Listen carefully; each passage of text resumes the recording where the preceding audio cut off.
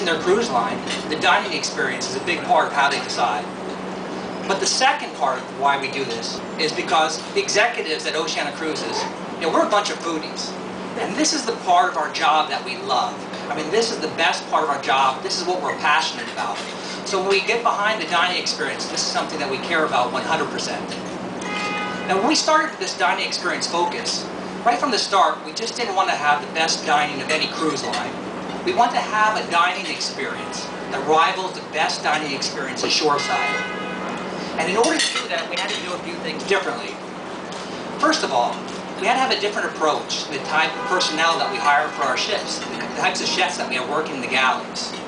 What we do at Oceania, we're not just looking at other cruise lines and we're getting their best talent, but we're also looking shoreside to the top restaurants, the Michelin star restaurants in Europe, top hotels like the Hotel de Paris or the Villa d'Este, and we're bringing their chefs and their maitre d's and we're taking them to sea for the first time. So we've got an amazing group of people working for us on the ships. Some of the things that we have to do different is we have to have the best ingredients, the finest ingredients. We have to be innovative in our techniques and do some real special things with the presentation. Now, we just started this program where we're working on the breads. The bread course on the ship, that's a big deal. It's a real part of the dining program. And what we want to do is focus on the croissants. And as far as the croissants are concerned, we started out by hiring a pastry consultant. So we looked at Paris and we found this wonderful pastry consultant. And he came out to the ships, and the first thing he said is, you need to really get some different ingredients. First of all, the flour.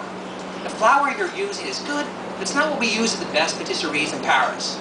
So he said, this is what you need. It's a flour that comes from Western France. I didn't know anything about it, except it cost 3 times as much, and it was really hard to get. But we were able to get this flour, and I thought we were all set. So after we got the flour, he said, well, the flour is good, but the butter you have isn't the butter that we use in France. And I said, oh, this is going to be expensive also, but tell me about it.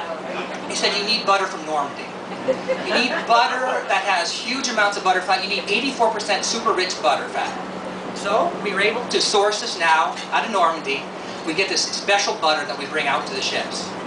So finally, like what big part of the croissants, like my favorite croissants are the ones with the chocolate in the middle. That's the ones I like. And we use 9 different types of chocolate in our pastries.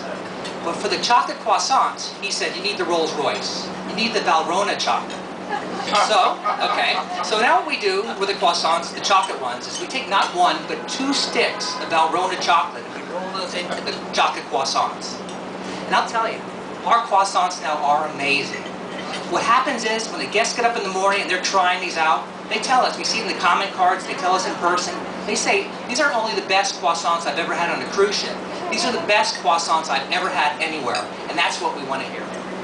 Always striving.